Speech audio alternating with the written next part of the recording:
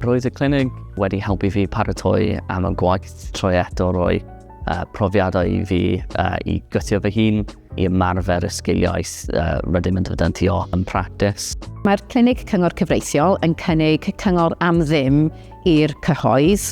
Mae ein paratoi ar gyfer cyfweliadau gyda'r cyhoedd, lle maen nhw'n ymchwilio'r gyfraith ac wedyn yn paratoi llythyr cyngor.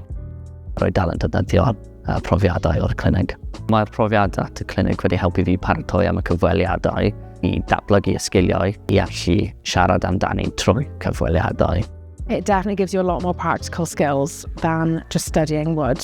Actually meeting those clients and seeing real life problems with all the emotions that come with dealing with a person is so much more helpful practicing for those real life scenarios that you're going to encounter in work. Mae cyflogwyr yn dweud wrthyn ni bod yn gwneud gwahaniaeth os mae'r myfyrwyr wedi gweithio yn y clinig, oherwydd mewn enghraifft cyfweliad ar gyfer swydd newydd, mae'r myfyrwyr yn gallu dangos sut maen nhw wedi datblygu sgiliau yn barod yn y brifysgol yn y clinig cyn dechrau yn y gwaith.